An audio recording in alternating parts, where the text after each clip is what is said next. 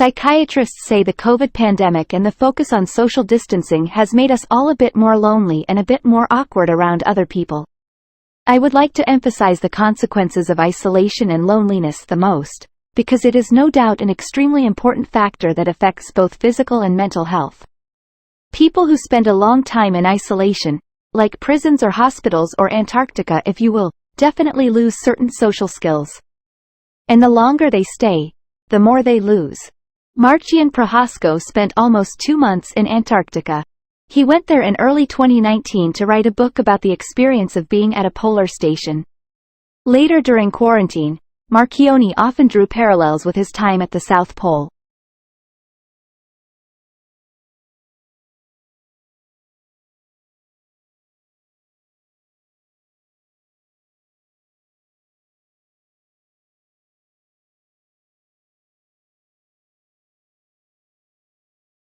Answer: Option B. People tend to become less sociable.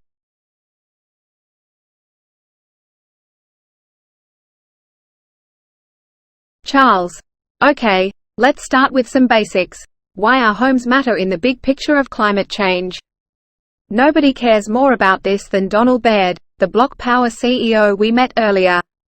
Baird. Buildings in the United States are responsible for 30% of greenhouse gas emissions across the country.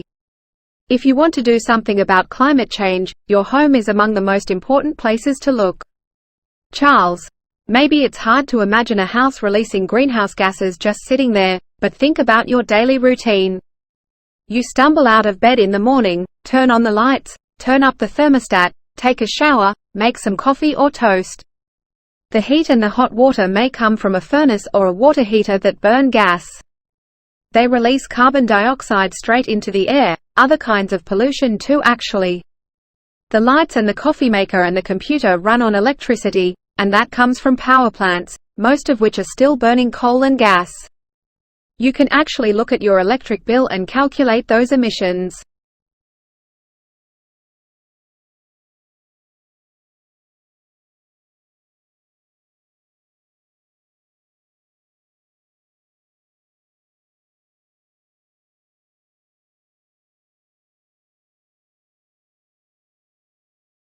Answer: Option C. To give examples of how a house can produce greenhouse gases.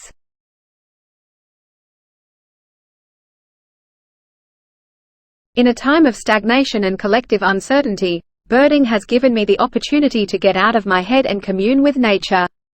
While it has admittedly brought me some moments of frustration and disappointment, it's also allowed me to experience just pure, unadulterated stoke. It's provided moments of rapture and awe, surprise and delight, just looking at birds doing their thing in their natural habitats.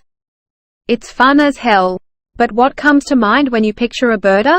For a lot of people, the prompt conjures up an image of a person in a khaki vest, maybe, with a pair of binoculars hanging around their neck. Whatever preconceived notions are coming up, I want you to set them aside because there are all kinds of birders. And there's no right way to bird. All the tips in this episode are just that, tips. Take them or leave them depending on what you want your version of birding to be like.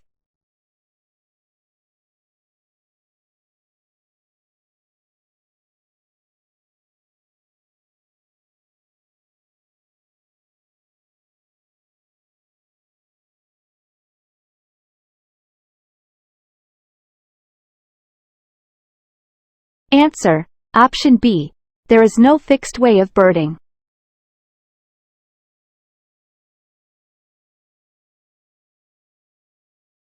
Migaki. In your role as a financial therapist, you've got sort of a 5-step process for something that you call financial intimacy. I'm wondering if you can help us define that and talk us through it. Clayman. So with the first one, equality. What we want to capture here in a healthy financial dynamic is that both partners have equal say and equal power about what's going to happen with the money. So sometimes when a couple comes to me with an inequality imbalance, there's a partner that either has, maybe is bringing in the bulk of the income and then thus feels like they should have more say. Or sometimes there's a partner that's just more anxious about money and so really needs money to be a source of control for them and feels like their partner is just in not agreeing with them and not doing what they say should be done with the money. that this is threatening to them. And they want their partner to kind of come to heel, if you will. So where I would approach that is, all right, well, we need to have both parties present in the decisions about the money. Just because you're more anxious or because you make more of a contribution to the income doesn't mean that you get an outsized say in this.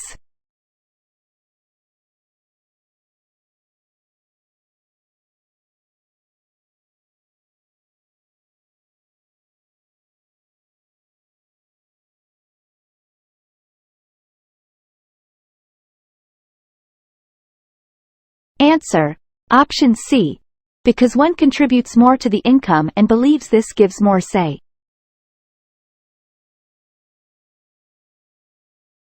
Giving feedback is hard. It can be uncomfortable. And on some level, you worry that you could hurt the other person's feelings because that's sometimes what happens when you give feedback. But I want to say that getting good feedback can feel like an act of generosity, and I've experienced it firsthand. I had a boss who put so much thought and care into the way that she talked to me about my work. I felt like she was really invested, and I always felt better after talking to her and getting feedback. So really, constructive, actionable feedback is a gift. And in this episode, we're going to teach you how to give it. But don't worry, we have another episode coming about how to receive feedback, too, because, you know, we're completists like that. What can I say? And while we're mostly focusing on giving feedback in a workplace setting, by all means, please take this wisdom from Marcella into your whole life. You won't regret it.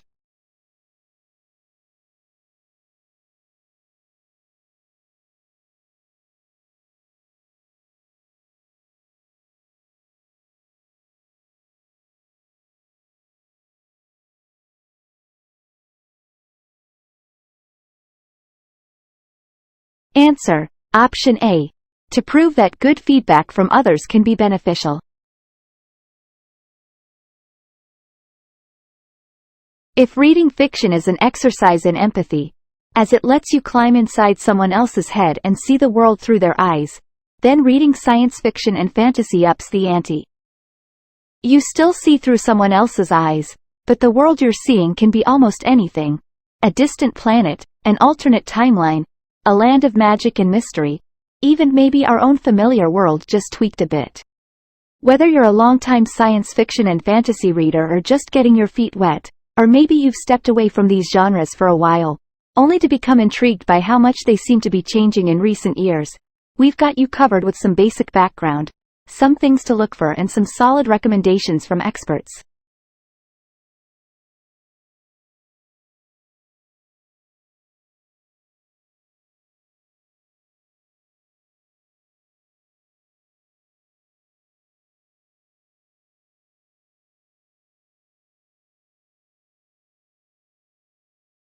Answer. Option B.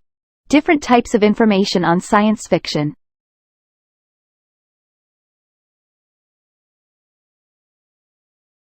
If you have a dog, you may have noticed that sometimes it seems to be smiling. But, of course, we know that dogs don't really smile. That's just how dog mouths appear sometimes, right? Perhaps, but according to neuroscientist Jaak Panksepp of Bowling Green State University, some animals do laugh.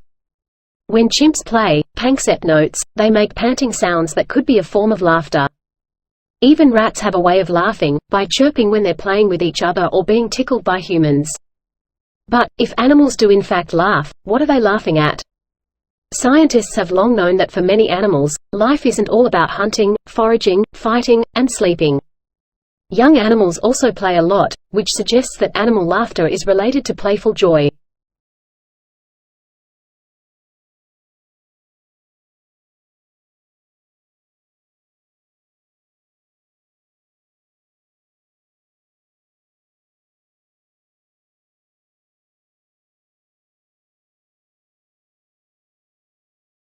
Answer. Option C.